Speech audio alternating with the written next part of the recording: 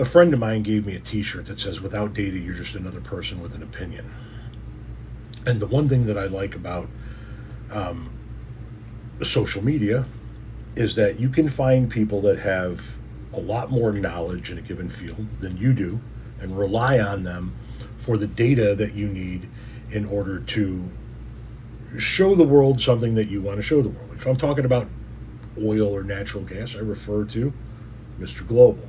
If I'm talking about something to do with the law, I refer to the various lawyers that I have as mutuals on social media and say, well, what are your thoughts? So forth and so on. This guy, this guy breaks it down brilliantly, scientifically, and in a way that everybody can understand, and everybody can see just how badly either A, Donald Trump doesn't care or doesn't know.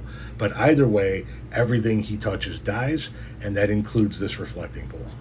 Well, let's use chemistry to make fun of Donald Trump. Did the hydrogen peroxide poured into the reflecting pool to kill the algae that was stopping people from appreciating the nice blue paint cause the paint to peel off in chunks? Yeah, probably. Can they fix it without draining the pool? No, probably not. So this is hydrogen peroxide, H2O2. And the reason why it is stored in a container that doesn't let light in is because when UV from the sun hits that bond between the two O's, this happens.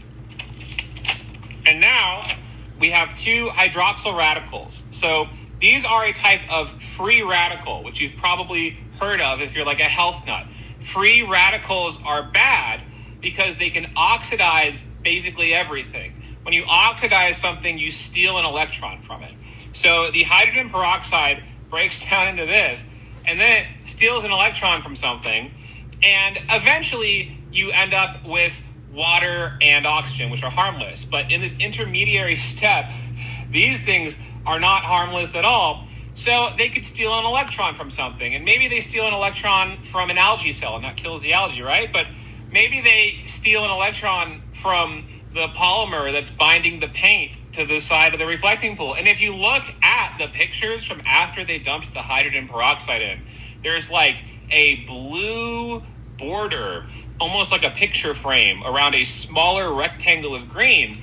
And that's because the water isn't circulating that much. So the hydrogen peroxide didn't drift that far, which means there was a high concentration of hydrogen peroxide directly against the paint at the edges of the reflecting pool.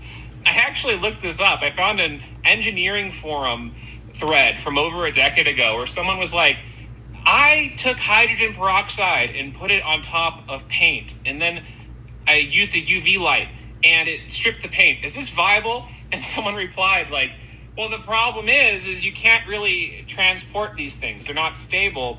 So in order for this to work, you'd have to create them right next to the paint that you wanted to strip. And one way to do that is to pour a bunch of hydrogen peroxide. So stupid. So what happens now? Well, famously, paint doesn't really cure well underwater. That might have something to do with this. It wouldn't surprise me if they rushed this and didn't let the paint fully cure, which made it more vulnerable to these little guys. So they can't repaint it while it's underwater. They'd have to drain it again. Like I said in a video the other day, I don't understand how you can own that many resorts and not understand pool maintenance in any way, shape, or form. He has absolutely no idea what he's doing, and now he has fucked up the reflecting pool. Shocker. By the way, what's the likelihood that he drains that thing again this week to redo it?